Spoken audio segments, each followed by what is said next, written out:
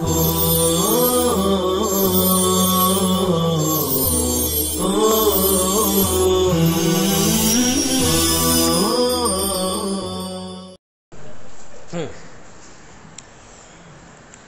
اللہ الرحمن الرحیم نحمدہ ونصلی علی رسولہ الکریم اما بعد۔ عزیز بچوں، کتاب النکاح کا یہ عنوان ہے باب قول اللہ تعالی الرجال قوامون علی النساء بما فضل اللہ بعضهم علی بعض الى قوله تعالی ان اللہ کان علیا کبیرا۔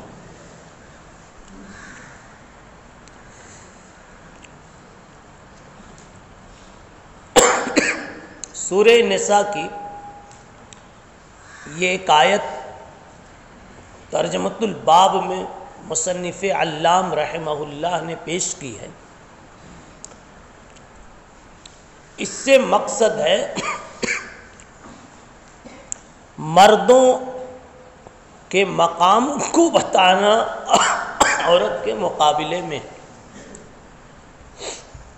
کہ عورت کے مقابلے میں اور عورت کے اوپر مرد کا کیا درجہ ہے اور کیا مقام ہے۔ الرجال قوامون، موٹی سی بات بتا دی کہ پورے گھر پر ذمہ دار مرد ہے، پورے گھر کا ذمہ دار مرد ہے، حتیٰ کہ عورت کا ذمہ دار بھی مرد ہے۔ اس لیے مرد کی چلے گی، عورتوں کی نہیں چلے گی۔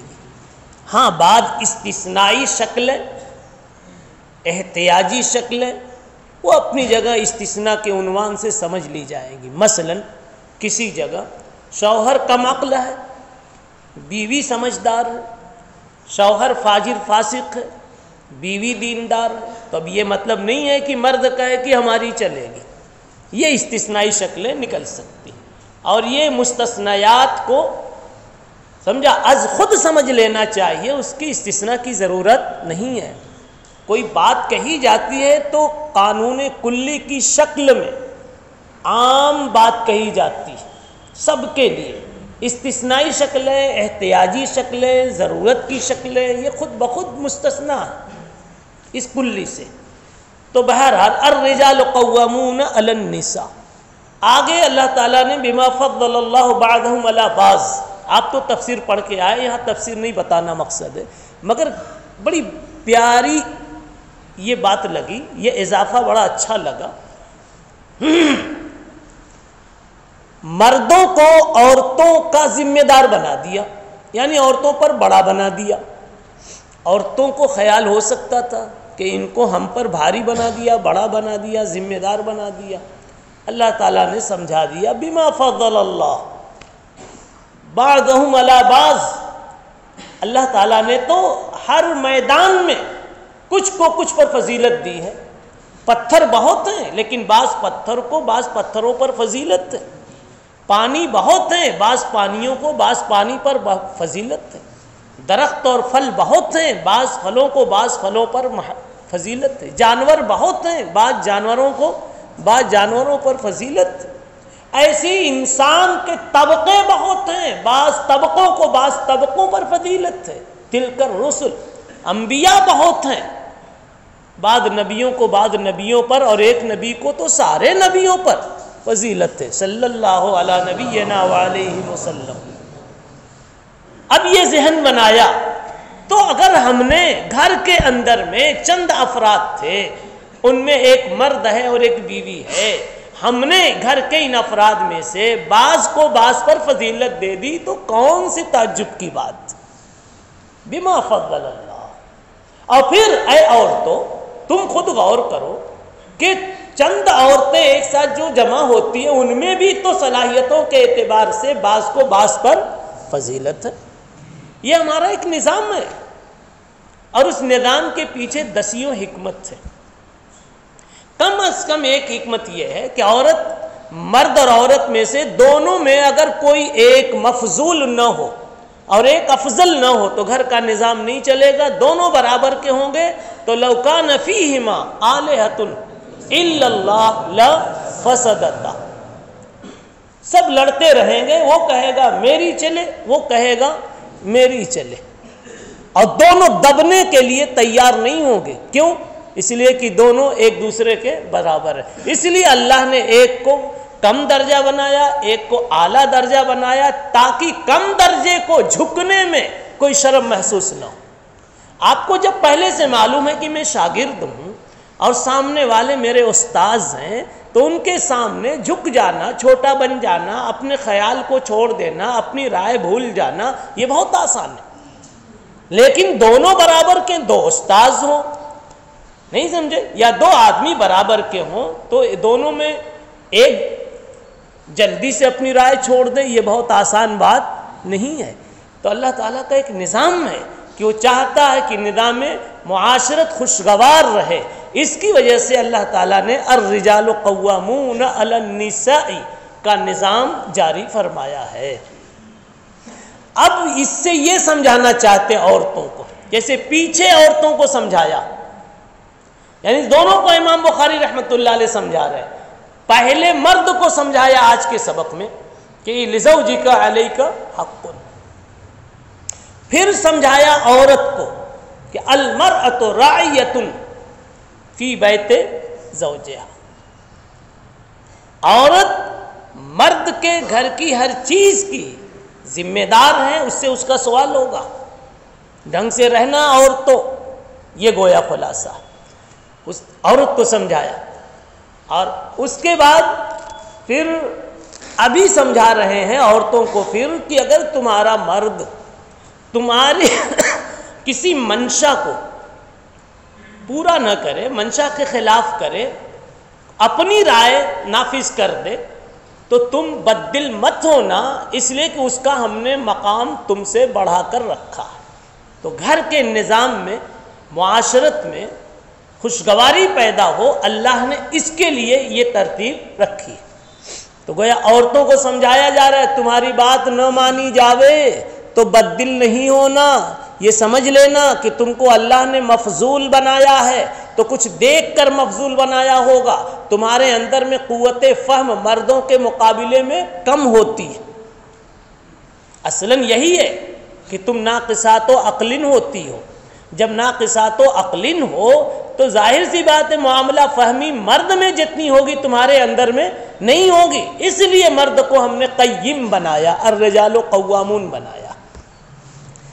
بہی قال حدثنا خالد بن مخلد قال حدثنا سلیمان قال حدثنی حمید عن انس قال آل رسول اللہ صلی اللہ علیہ وسلم من نسائه شهرا وقعد في مشروبة له فنزل ل29 فقيل يا رسول الله إنك آليت على شهر قال إن الشهر 29. اس روایت میں وہی مضمون ہے جو ابھی 2 دن پہلے ہم نے آپ کو بتایا کہ ایک مرتبہ جناب محمد الرسول اللہ صلی اللہ علیہ وسلم ازواج مطہرات سے ناراض ہو گئے تھے شہد کے مسئلے کو لے کر، شہد والے مسئلے کو لے کر کے، جبکہ راز فاش کر دیا تھا بعض بیویوں نے. ابھی 2 دن پہلے کے سبق میں تفصیل بتائی گئی، اسی کتاب میں بخاری شریف میں وہ تفصیل آئی. اس میں یہ ہوا تھا کہ آپ نے قسم کھا لی تھی 1 مہینے کی کہ میں اپنی بیویوں سے ملاقات نہیں کروں گا. آپ گھر ہی میں تھے، لیکن بیویوں کی جو ملاقات ہوتی ہے وہ ملاقات آپ نے نہیں فرمائی. 29 دن کی تکمیل پر، 29 دن جب ہوئے تو رسول اللہ صلی اللہ علیہ وسلم حضرت عائشہ سے ملنے چلے گئے. تو حضرت عائشہ رضی اللہ تعالی عنہا نے کہا یا رسول اللہ ابھی تو مہینہ پورا نہیں ہوا، آپ نے تو مہینے کی قسم کھائی تھی، مہینے کی قسم کھائی تھی. آپ نے کہا مہینہ کبھی کبھی 29 کا بھی ہوتا ہے. جی اب پوری داستان یا پورا قضیہ اور قصہ آپ کو ابھی معلوم ہو چکا پہلے. جی کہ مشہور یہ ہو گیا تھا کہ نبی پاک صلی اللہ علیہ وسلم نے بیویوں کو طلاق دے دی ہے۔ تمام ازواج مطہرات کے رشتہ دار مسجد نبوی میں آ کے ممبر کے پاس جمع ہو گئے۔ حضرت حفصہ بھی ازواج مطہرات میں ہیں، تو حضرت عمر رضی اللہ تعالیٰ عنہ بھی آئے۔ کسی کی تو ہمت نہ ہو رہی تھی کہ اللہ کے نبی صلی اللہ علیہ وسلم سے جا کر پوچھیں معاملہ کیا ہے۔ حضرت عمر گئے پہلی مرتبہ، دوسری مرتبہ، مگر اندر آنے کی اجازت نہیں ملی۔ تیسری مرتبہ اجازت لے کر واپس آنے لگے، ابھی بھی اجازت نہیں ملی۔ پھر اچانک آواز آئی، یا عمر، عمر آ جاؤ، اللہ کے نبی بلا رہے۔ تو بہرحال حضرت عمر اندر پہنچے اور پوچھا، یا رسول اللہ اطل لقت نساءک، آپ نے اپنی ازواج کو طلاق دے دی ہے؟ آپ نے فرمایا نہیں۔ حضرت عمر نے کہا، اللہ اکبر، اللہ بہت بڑا ہے، بگڑوں کو بھی سنبھال لیتا ہے، بگڑتے ماحول کو بھی کیا کرتا ہے، گرتی چھت کو بھی سنبھال لیتا ہے۔ یہ ہے اللہ اکبر، جی سنبھال لیا اللہ نے۔ ہم نے تو سنا تھا کہ معاملہ بگڑ گیا۔ یہ واقعہ پوری تفصیل۔ تو حضرت عمر رضی اللہ تعالی عنہ نے پھر اپنی بیٹی کو حفصہ کو خاص طور پر سمجھایا، جیسا کہ موعظۃ الرجل ابنتہ کے ضمن میں یہ بات آئی تھی۔ جی یہاں عنوان اس طرح ثابت ہوگا کہ دیکھو نبی پاک صلی اللہ علیہ وسلم ذمہ دار تھا۔ ایک بات ناگواری کی آئی کہ راز کھول دیا بعض بیویوں نے اور آپس میں چیمے گوئیاں شروع ہو گئی، تو آپ صلی اللہ علیہ وسلم نے اتنا بڑا غصہ دکھایا کہ کہہ دیا کہ 1 مہینے تک ملاقات نہیں کروں گا۔ تو کوئی یہ سوچ سکتا ہے کہ چھوٹی سی بات پر اتنا غصہ کیوں دکھا دیا، نہیں سمجھا؟ تو اصل میں نظام چلانے کے لیے چھوٹی بات پر بھی بڑا غصہ دکھانا پڑتا ہے، اس طرح سے کہ کسی کا کوئی حق تلف نہ ہو، برباد نہ ہو، دل شکنی نہ ہو، دل آزاری نہ ہو، لیکن غصہ دکھانا پڑتا ہے ذمہ دار کو ذمہ دار ہونے کی وجہ سے، تاکہ مستقبل میں اس قسم کی کوئی بدنظمی نہ ہو۔ یہ تو بالکل کلاس کی بات ہے، ایک چھوٹی سی حرکت پر طالب علم کو اچھی طرح ڈانٹ دیا جاتا ہے، گوشمالی کر دی جاتی ہے۔ کیوں؟ تاکہ یہ 300 طلبہ عزیز میں بار بار کبھی اس کو کبھی اس کو، ان کی حرکتوں پر کبھی ان کو ٹوکنا نہ پڑے۔ اور اگر وہی چھوڑ دیا جاوے تو آج اتنی بڑی تو کل اور بڑی، کل اور بڑی، کل اور بڑی، تو بہت بڑی بات بھی پیدا ہو سکتی ہے۔ تو پتہ چلا مرد قوام ہے، قیم ہے، وہ جانتا ہے کہ قیام نظام بیت کیسے چلے اور کیسے باقی رہے، نظام بیت کیسے چلے۔ یہ امام بخاری رحمۃ اللہ علیہ ثابت کر رہے ہیں۔ باب ہجرت النبی صلی اللہ علیہ وسلم نساءہ فی غیر بیوتہن، یہ عنوان ہے کہ نبی پاک صلی اللہ علیہ وسلم کا اپنی بیویوں کو چھوڑ دینا، چھوڑ کر بیٹھ جانا ان کے گھروں سے الگ ہو کر۔ ایک جگہ آپ بیٹھ گئے، دوسروں کے گھروں میں نہیں گئے، ایک جگہ آپ بالا خانے میں اوپر بیٹھ گئے، وہ اوپر والا حصہ کسی بیوی کا روم نہیں تھا، تو جہاں بیٹھے تھے کسی بیوی کا روم نہیں، تو غیر بیوتہن صادق آیا کہ نہیں آیا؟ غیر بیوت۔ پتہ چلا کہ شوہر اگر اس قسم کی خوشگوار مصلحت کے پیش نظر، کسی اچھی مصلحت کے پیش نظر شوہر عورت کے روم سے ہٹ کر کہیں اور رات گزار لے، کہیں اور وقت گزار لے، تو اس کی گنجائش ہے۔ یہ ہے ہجرت النبی صلی اللہ علیہ وسلم نساءہ فی غیر بیوتہن۔ عورت کو تو کہا گیا کہ تم ناراض ہو کر شوہر کا بستر چھوڑ کر کہیں اور نہیں سو سکتی، کہیں اور نہیں رات گزار سکتی۔ اگر تم نے اس کے بستر سے الگ اپنی چٹائی ڈال لی اور وہ بلاتا رہا اور تم نہیں پہنچی تو لعنت حل ملائکہ، ملائکہ کی لعنت۔ ابھی یہ حدیث بھی گزری ہے، لیکن یہاں بتایا کہ شوہر اس قسم کی تنبیہات کی غرض سے اس قسم کی حرکت، اس قسم کا عمل کر سکتا ہے۔ لیکن شوہروں کو بھی بہت محتاط رہنے کی ضرورت ہے، بلا وجہ دل شکنی نہ کرے، دل آزاری نہ کرے۔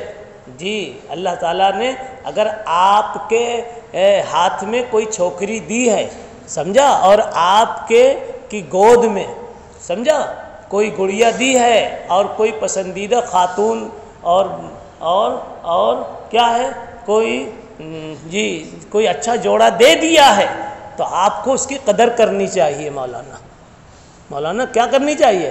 قدر کرو۔ ایسا نہیں کہ یہی ایک باب یاد رکھو، ان لزوجک علیک حقا، اسی لیے امام بخاری نے وہ پہلے بتا دیا اس کا بھی حق ہے، خالی تمہارا ہی حق نہیں، تمہارے حق کو تو بعد میں ابھی سنا رہے ہیں۔ جی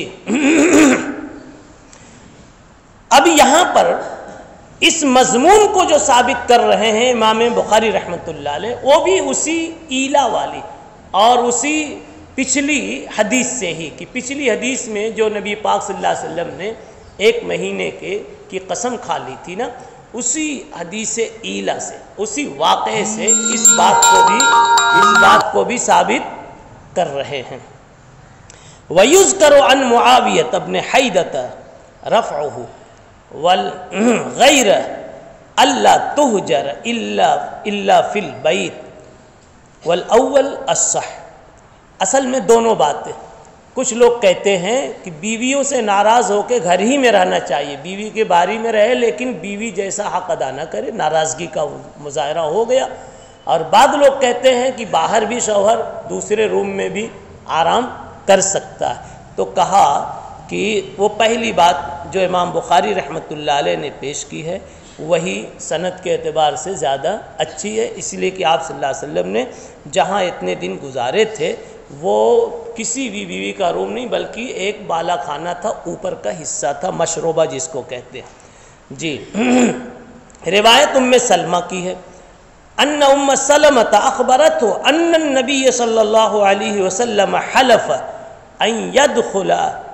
الا يدخل على بعض اہلہ وفی نسخة على بعض نسائه شہرا فلما مضى 29 يوما غدا علیہن او راح فقیل له یا نبی اللہ حلفت الا تدخل علیہن شہرا قال ان الشہر یکون 29 یوما۔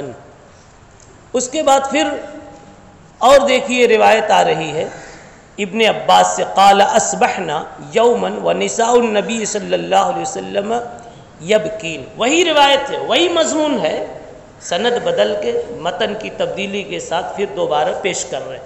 کہتے ہیں کہ عورتیں رو رہی تھیں، عند کل امرأۃ منہن اہلھا، ہر نبی کی ہر بیوی کے پاس اس کے گھر کے لوگ آئے ہوئے تھے تسلی کے لیے، سمجھانے کے لیے بات کیا ہے۔